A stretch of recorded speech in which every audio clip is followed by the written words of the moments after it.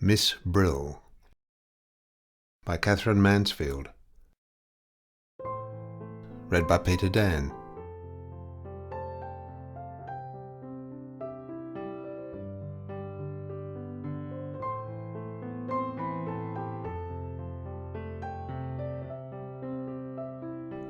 Although it was so perfectly fine, the blue sky powdered with gold and great spots of light like white wine splashed over the Jardin Public, Miss Brill was glad that she had decided on her fur.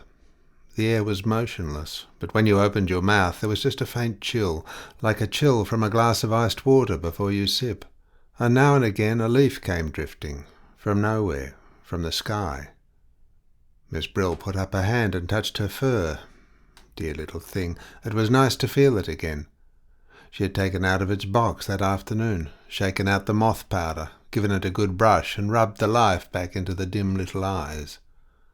"What has been happening to me?" said the sad little eyes. Oh, how sweet it was to see them snap at her again from the red eiderdown. But the nose, which was of some black composition, wasn't at all firm. It must have had a knock somehow. Never mind, a little dab of black sealing wax when the time came, when it was absolutely necessary. Little rogue. Yes, she really felt like that about it. Little rogue biting its tail just by her left ear. She could have taken it off and laid it on her lap and stroked it. She felt a tingling in her hands and arms, but that came from walking, she supposed. And when she breathed, something light and sad— no, not sad exactly, something gentle seemed to move in her bosom. There were a number of people out this afternoon, far more than last Sunday, and the band sounded louder and gayer. That was because the season had begun. For although the band played all the year round on Sundays, out of season it was never the same. It was like someone playing with only the family to listen. It didn't care how it played if there weren't any strangers present. Wasn't the conductor wearing a new coat, too? She was sure it was new. He scraped with his foot and flapped his arms like a rooster about to crow, and the bandsmen, sitting in the green rotunda, blew out their cheeks and glared at the music. Now there came a little fluty bit, very pretty, a little chain of bright drops. She was sure it would be repeated. It was. She lifted her head and smiled. Only two people shared her special seat. A fine old man in a velvet coat, his hands clasped over a huge carved walking stick, and a big old woman sitting upright with a roll of knitting on her embroidered apron. They did not speak. This was disappointing, for Miss Brill always looked forward to the conversation. She had become really quite expert, she thought, at listening as though she didn't listen, at sitting in other people's lives just for a minute while they talked round her. She glanced sideways at the odd couple. Perhaps they would go soon. Last Sunday, too, hadn't been as interesting as usual. An Englishman and his wife, he wearing a dreadful Panama hat and she button boots. And she'd gone on the whole time about how she ought to wear spectacles. She knew she needed them, but that it was no good getting any. They'd be sure to break and they'd never keep on. And he'd been so patient. He'd suggested everything. Gold rims, the kind that curved round your ears, little pads inside the bridge. No, nothing would please her. "They'll always be sliding down my nose." Miss Brill had wanted to shake her. The old people sat on the bench, still as statues. Never mind, there was always the crowd to watch.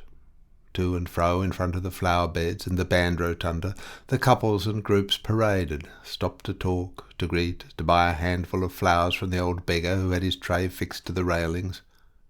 Little children ran among them, swooping and laughing. Little boys with big white silk bows under their chins, little girls, little French dolls dressed up in velvet and lace. And sometimes a tiny staggerer came suddenly rocking into the open from under the trees, stopped, stared, as suddenly sat down flop until its small, high-stepping mother, like a young hen, rushed scolding to its rescue. Other people sat on the benches and green chairs, but they were nearly always the same, Sunday after Sunday, and, Miss Brill had often noticed, there was something funny about nearly all of them. They were odd, silent, nearly all old, and from the way they stared they looked as though they'd just come from dark little rooms or even cupboards. Behind the rotunda the slender trees with yellow leaves down drooping, and through them just a line of sea, and beyond the blue sky with gold-veined clouds. Dum-dum-dum diddle-um, dum diddly-um-dum-ta, blew the band. 2 young girls in red came by, and 2 young soldiers in blue met them, and they laughed and paired and went off arm in arm. 2 peasant women with funny straw hats passed, gravely, leading beautiful smoke-coloured donkeys.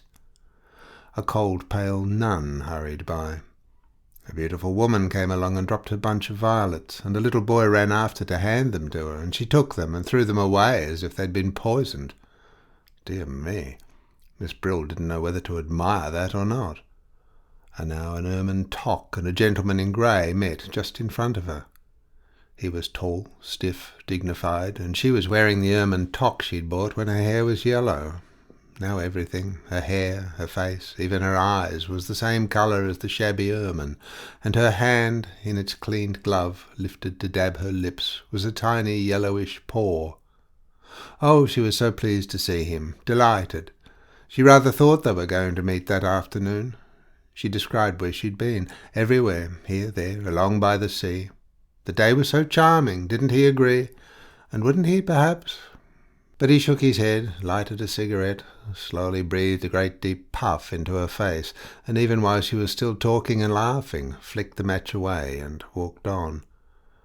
The ermine toque was alone. She smiled more brightly than ever. But even the band seemed to know what she was feeling, and played more softly, played tenderly, and the drum beat, the brute, over and over. What would she do? What was going to happen now? But as Miss Brill wondered, the ermine toque turned, raised her hand as though she'd seen someone else much nicer just over there, and pattered away. And the band changed again and played more quickly, more gaily than ever, and the odd couple on Miss Brill's seat got up and marched away, and such a funny old man with long whiskers hobbled along in time to the music and was nearly knocked over by 4 girls walking abreast. Oh, how fascinating it was! How she enjoyed it! How she loved sitting here, watching it all. It was like a play. It was exactly like a play. Who could believe the sky at the back wasn't painted? But it wasn't until a little brown dog trotted on, solemn, and then slowly trotted off, like a little theatre dog, a little dog that had been drugged, that Miss Brill discovered what it was that made it so exciting. They were all on the stage. They weren't only the audience, not only looking on. They were acting. Even she had a part and came every Sunday. No doubt somebody would have noticed if she hadn't been there. She was part of the performance after all. How strange she'd never thought of it like that before. And yet it explained why she made such a point of starting from home at just the same time each week, so as not to be late for the performance. And it also explained why she had such a queer, shy feeling at telling her English pupils how she spent her Sunday afternoons. No wonder. Miss Brill nearly laughed out loud. She was on the stage. She thought of the old invalid gentleman to whom she read the newspaper 4 afternoons a week while he slept in the garden. She had got quite used to the frail head on the cotton pillow, the hollowed eyes, the open mouth, and the high, pinched nose. If he'd been dead, she mightn't have noticed for weeks. She wouldn't have minded. But suddenly he knew he was having the paper read to him by an actress. An actress! The old head lifted, 2 points of light quivered in the old eyes. "An actress, are ye?" And Miss Brill smoothed the newspaper as though it were the manuscript of her part, and said gently, "Yes, I have been an actress for a long time."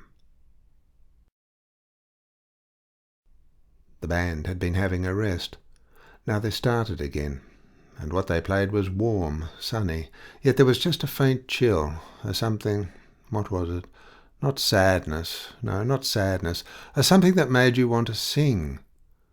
The tune lifted, the light shone, and it seemed to Miss Brill that in another moment all of them, all the whole company, would begin singing.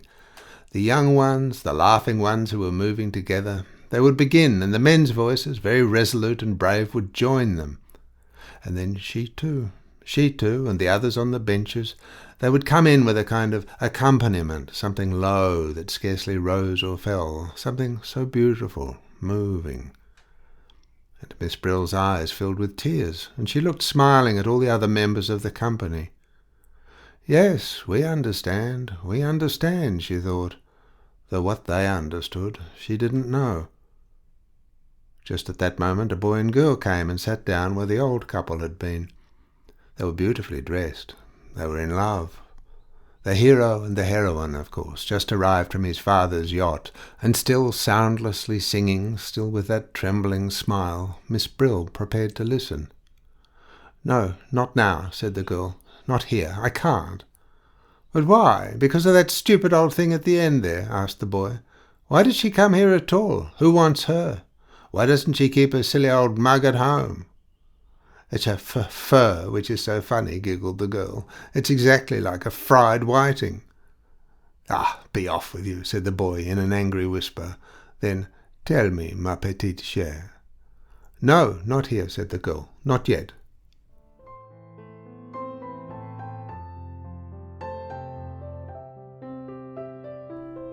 On her way home she usually bought a slice of honey cake at the baker's. It was her Sunday treat. Sometimes there was an almond in her slice, sometimes not. It made a great difference. If there was an almond, it was like carrying home a tiny present, a surprise, something that might very well not have been there. She hurried on the almond Sundays and struck the match for the kettle in quite a dashing way. But today she passed the baker's by, climbed the stairs, went into the little dark room, her room like a cupboard, and sat down on the red eiderdown. She sat there for a long time. The box that the fur came out of was on the bed. She unclasped the necklet quickly, without looking, laid it inside, and when she put the lid on, she thought she heard something crying.